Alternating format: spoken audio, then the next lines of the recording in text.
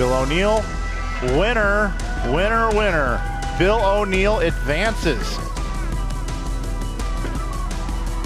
for title. Indeed, the birthday girl, Stephanie Zavala. 9 to make the show. There it is. He yelled, do it, and he did it. BJ Moore makes the show. 10 is a win for Snodgrass. Title number 6 on the PWBA Tour. Off his hand, it looks good. It looks good. He's done it. He's done it.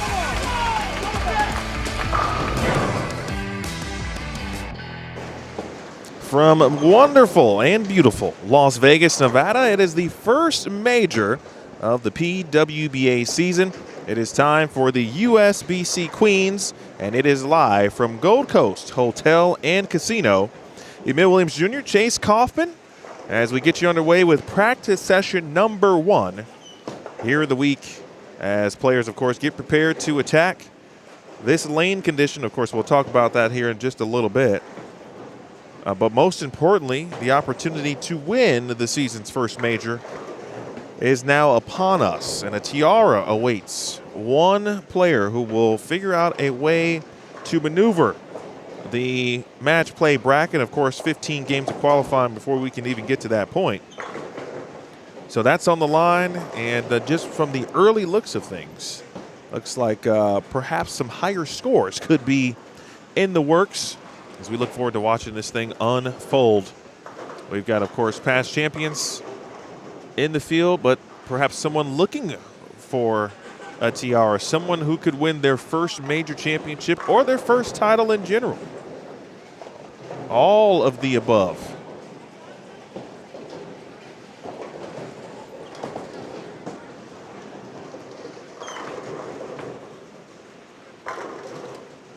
First thing I'm seeing off just right off the top here is a lot of friction. A lot of friction. And to me, especially for those who have some higher rev rates, how will that play? What equipment might need to be in the bag?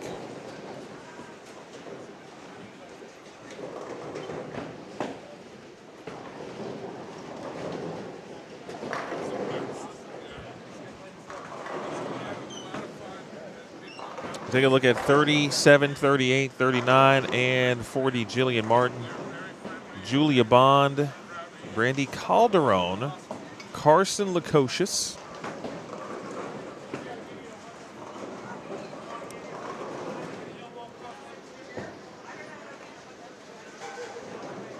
and I'll get my roster out to tell you who else is on that pair. A couple of players in that group, though. Talking about champions. Julia Bond won this thing in 2021. That was at the National Bowling Stadium. Jillian Martin won it, of course, then as a non-member in 2024 at the Ashwaubenon Bowling Alley in Green Bay. Appreciate everybody tuning in for a brief early look at what's happening.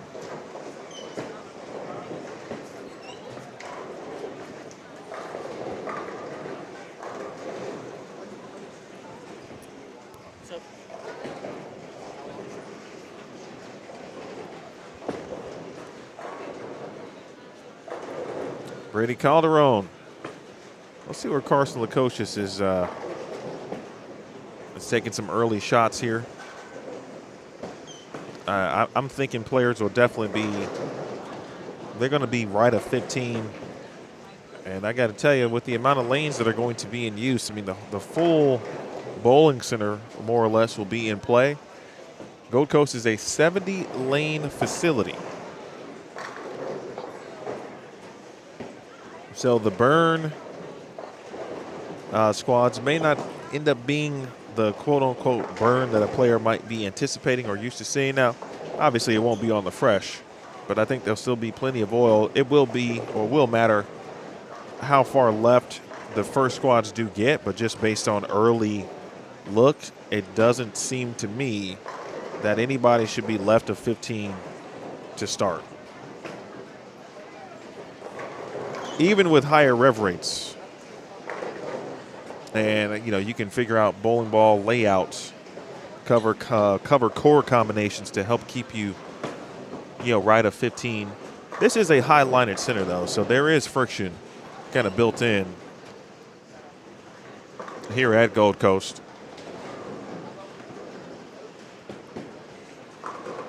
Throughout our week, we'll have Jim Callahan. Of course, it was local to Las Vegas. He'll be in the booth with us throughout the entire week, so I get to pick Jimmy's brain with respect to ball motion, lane play, and specifically in this building. So I am looking forward to that. What are you guys looking forward to for those watching on both Bowl TV and the sneak peek on the PWBA YouTube channel? Great content on the YouTube channel. I'm looking forward to some additional mic'd ups. I think there'll be a couple of them produced this week.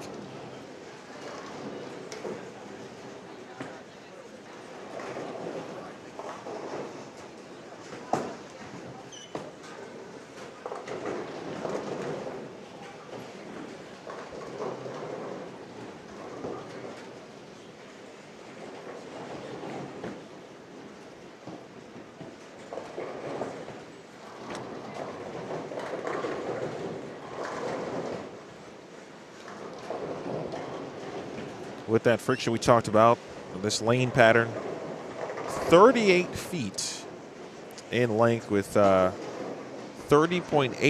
milliliters of oil, 23 on the forward, nearly 8 on the reverse. The drop brush down at 36 and buffed to 38 feet.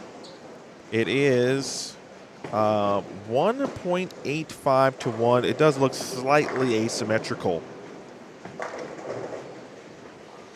I don't see a lefty in our general zone here first and foremost, so we'll get our eyes and ears locked in. I see Shannon Plahowski, but she is awaiting on the concourse, which to me means she'll be bowling on B squad.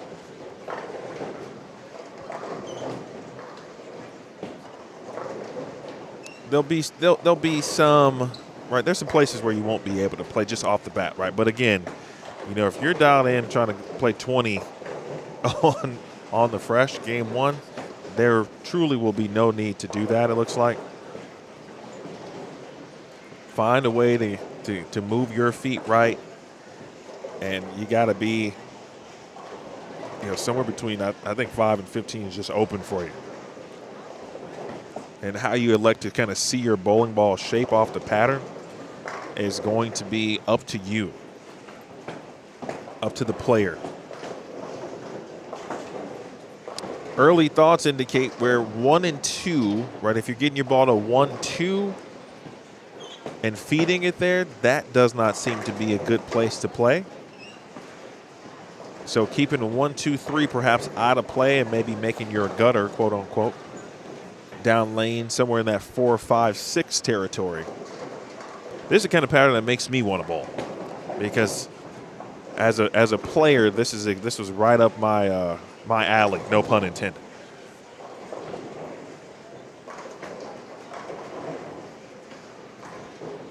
Yeah, there you go. There it is. There it is. There it is. That's right, Chase. Give me one early. Kind of an unprecedented look, too, this week on Bowl TV, because the facility is 70 lanes and the tournament has elected to have all of match play kind of begin at the same time. In previous years, as you might imagine or remember, the left side of the bracket would go first. The right side of the bracket would then hit the lanes after a re-oil once match play began. This week, all matches will begin with round 1 at the same time, which means, well, we had a decision to make. We had some things to figure out to try to bring you all the matches, of course, on when we get to match play, which is, what's today? Wednesday? So Sunday morning when we get to match play. So there are, just so I can have my count correct, I'll refer to Chase. How many, Chase? He's going to tell me in my ear. Or he'll tell you on the air. 16 channels. 64 lanes in play, 16 channels. I mean, I've been part of Bowl TV, folks, for a long time. and this is by far the highest amount of channels, the most amount I have ever been a part of in one broadcast. So there are 68 lanes in play for qualifying at least, 64 for match play. So there are a couple of the end pairs we don't have. That's but yeah, okay. 16 channels, and I'm sure. Anything? Why can't I see 3 and 4 is probably coming sometime this week. So yeah, we don't have 3 and 4. Yeah, you listen. If there's something that you don't see this week, just know that we literally gave blood, sweat, and tears yesterday, putting this together. And I don't, if we added up all of the lengths of the cabling that we had to run yesterday to get this done, We would reach around the world. real quick, Chase. Just from your eyesight, what are you? What's popping out with respect to the pattern? I'm just seeing a little bit of surface. I think, again, the bowling balls, and I'll use the concept as an example. I think that's a bowling ball that's going to get a lot of play. I do think surface will come into play as well to try to tame, especially the fresh, a little bit. They do seem to be crisp. I think the middle of the lane is flat. I don't think there's any doubt about that. And if you miss in there, without creating a little bit of hold first, it won't be good on the fresh. So it looks like straighter angles will be good. Now, when you get to match play, where there can be a little bit more manipulation of a pair, that'll be intriguing to watch some of the matches unfold, whether they'll be high scoring or not. That's right, Rep. I know, man. Forget the blood that I shedded last night to just miss lanes 3 and 4. Yeah. To your point about the pattern, we got to remember this is this year at the national level, urethane is not allowed, so that obviously plays a factor into it. But it shouldn't be something that they would have gone to anyways. When you look at the pattern, you see almost 31 mils, a pretty good amount of volume. And this is a place in the lane where a lot of the ladies do like to play because of the lower rev rates. So I think once we get to the burn squad, also given the fact that there's only 3 on a pair during qualifying, because there's 64 lanes of match play, all of the lanes had to be used for qualifying purposes as well. You can't go to a random pair for match play that you didn't use in qualifying. So because there's only 3 on a pair, you're really not going to see a ton of transition. It's only 5 games a block, only 3 on a pair. So burn squad really shouldn't get these ladies too deep either, where you were talking about getting in the middle part of the lane where it is flat. So this is pretty much exactly what I would have anticipated to see if, looking at the pattern before practice and watching how these ladies are kind of attacking it and just testing out some different balls. This is pretty much what I expected.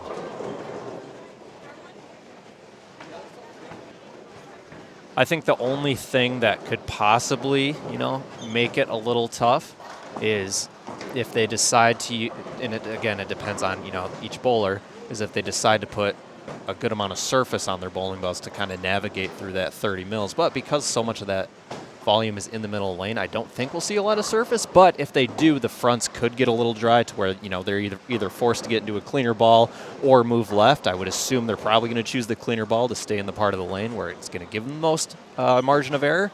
But this is pretty straight cut and dry where they should play. Not to say it's an easy pattern, because it's not. It's still 1.8 to 1. But it should be, pretty cut and dry and where you should play in the lanes.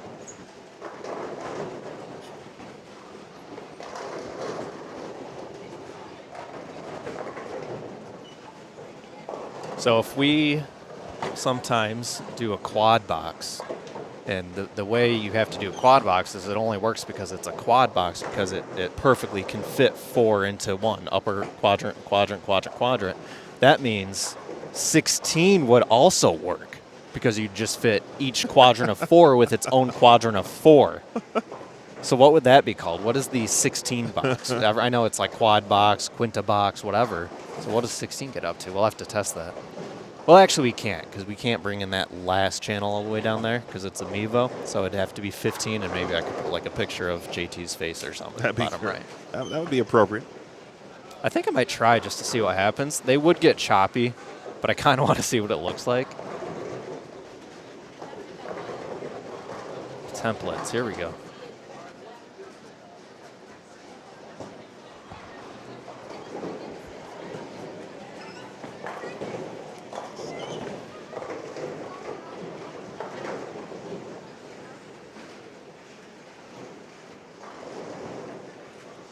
Very good video popping off of Julia Bond and Jillian Martin. We take a look next door.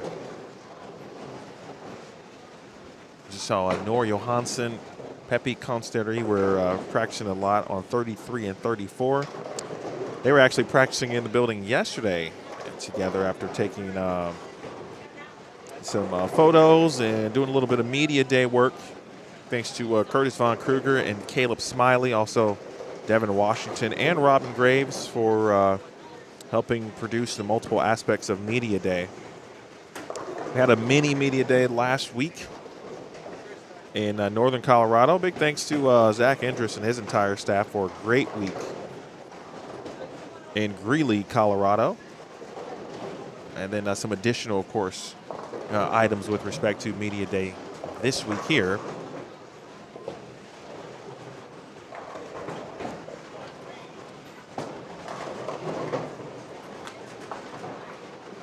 The rundown of the schedule, just for programming, we are, of course, on Pacific time. So let's just start there with the time zones and whatnot. But we are going to start every day at 9 a.m. Pacific time. Schedule's up. Again, 9 a.m. Pacific time. With the exception of day 3, which is Saturday, all burn squads will begin at 1 p.m. Pacific. Now, of course, as you see Saturday, both squads will be on the fresh, and so that extra hour, of course, is necessary for oiling, and so we'll go 9 a.m. and 2 p.m. at that point in time. Again, all times Pacific this week, which means, and Chase is on Eastern time still, so it should be noon Eastern every day this week. Actually, every day. We start at noon Eastern, whether it's qualifying or match play.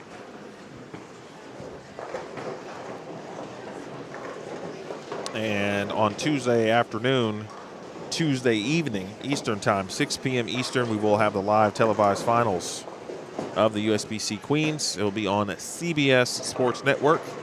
And if you've been watching bowling lately, especially within the last week or so, especially on television, a lot of bowling going down on CBS Sports Network, and that will continue on the 19th next week.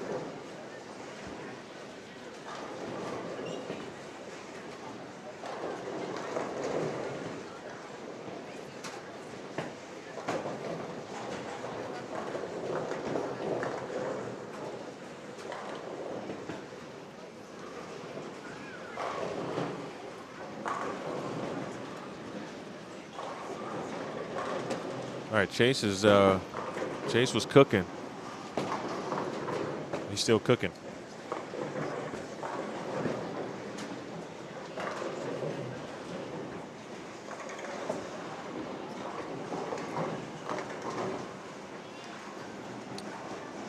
Let's take one look down at maybe one of our higher end pairs, and then we'll take a look at one of our lower end pairs before we.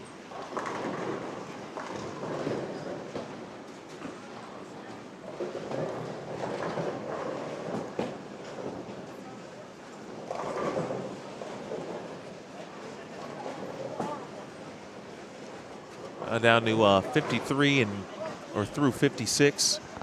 We do have some additional players from Japan. We've already had a nice contingent from the squad already during the first 2 weeks, and we get, I believe, 2 additional players from Japan. A couple of additional players from Malaysia.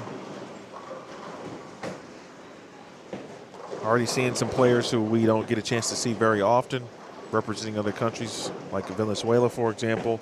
From Colombia, Laura Plazas is bowling this week. She made a queen show a couple of years back.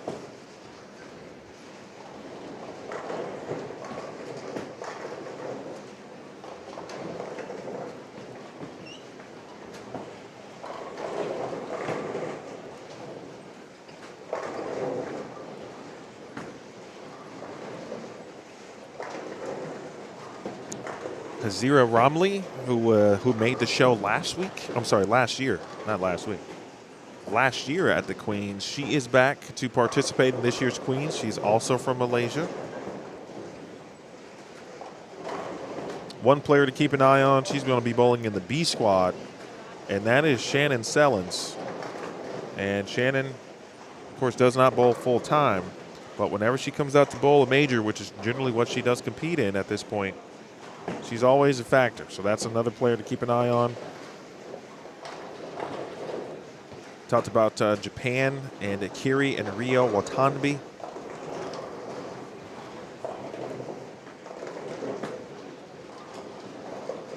Nearly 200 bowlers are scheduled to compete here this week at Gold Coast Hotel and Casino.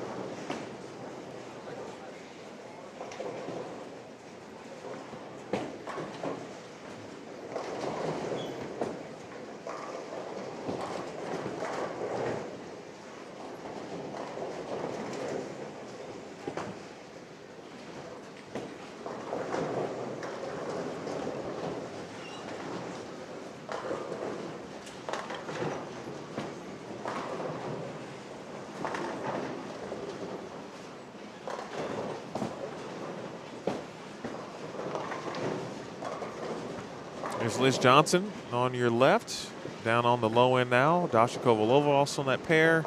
Looks like Annalise O'Brien to the right.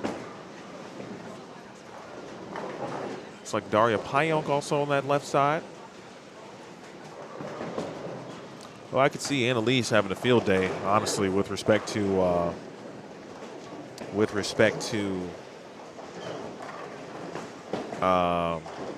qualifying. And especially if she gets into match play, because you know she can circle it a little bit, but if you get her the opportunity to keep the angles in front, she is going to be solid no matter what.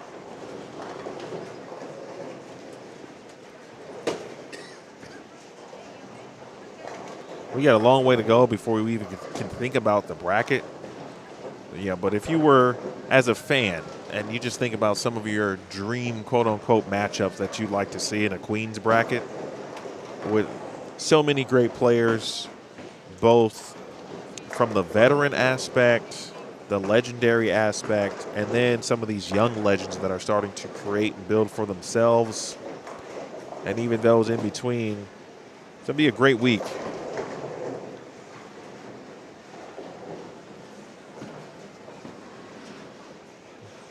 Also a great week, of course, because I tell you, outside of the U.S. Women's Open, and even then,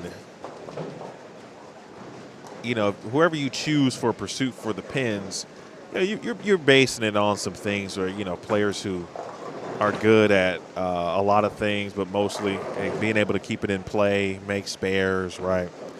Here at the Queens, you know, your pursuit for the pins, it could go all kinds of directions. Truly. And so with that said, don't forget to get your pursuit for the pins selections in. Chase, I've been meaning to talk to you about this. Okay. Okay. Last week, I was trying to figure out how to properly describe the third icon. I called it a mountain with like a sunrise. What is it? Is there a name for it? There probably is. Let me click the settings, edit channel, inside baseball here. Gear on the panels, image. The icon, ooh, it's gonna be tough. Well, there used to be names for these labels, but they've updated a lot since we kind of made these tabs. We can change it if you'd like. No, I mean, okay. I mean, what I really want is for people to make sure they know where to find. Yeah, I want to change it, because what we did on the PBA was we changed to a game icon controller. Whatever we can do to make it. There you go. Very visible, and you know what I mean. Like, okay, it's this icon. There you go. Like before, we had now we got a light bulb for info or something like that. Did it update on your end? Now it looks like it's a gamepad icon. It does look like the old Nintendo. There you go. Gamepad icon. So that's where you go, and that is where we play games. Yep, exactly. So pursuit for the pins, third icon looks like a gaming pad or directional pad now.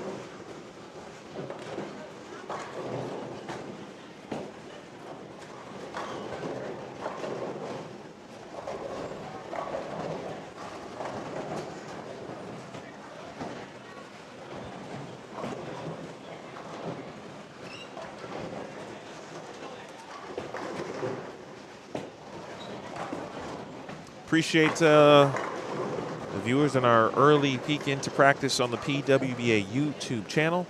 Make sure you subscribe if you have not to the YouTube channel. The crew and the staff between Caleb, certainly everyone on staff week to week, including Curtis, myself, Robin, Devin, Donovan, all pitching in to some degree and helping create content for the YouTube audience has been very good to watch. I have enjoyed a ton of stuff, and we'll have more for you on that channel throughout the week. And obviously to watch the day-to-day happenings of the Queens, you watch that right here on Bowl TV.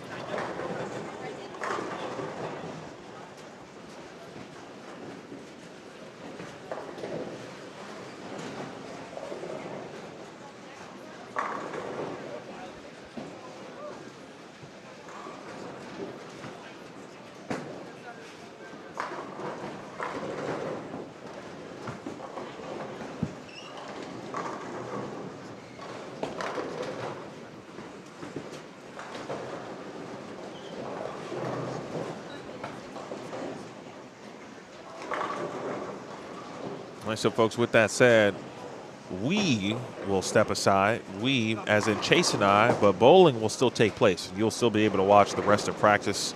And we will be back with you. Our second practice session today is at 12:30 p.m. Pacific time, okay? 12:30 p.m. Pacific time. All right, and then, of course, tonight, big moment, PWBA Hall of Fame celebration. And we will induct, there are originally scheduled, 3 players for induction. Kelly Kulick, Leala Wagner, and Cara Honeychurch, but due to some scheduling and traveling conflicts, Miss Leala and Miss Cara will not be in attendance tonight. But it just means that the stage is set for Kelly Kulick. So Kelly will be inducted into the PWBA Hall of Fame tonight. Make sure you check that out. 5 p.m. is the cocktail hour. We generally begin right before the presentation, the induction ceremony actually happens. So I'd say it at about 6:45-ish Pacific time. Again, about 6:45-ish Pacific time. About probably 9:45-ish. We'll get an update on that for you. I'll put it in the chat just to make sure you don't miss it. All right. So with that said, we will step aside. Chase and I. Practice will continue, and then we will see you back here at 12:30 Pacific for Session B.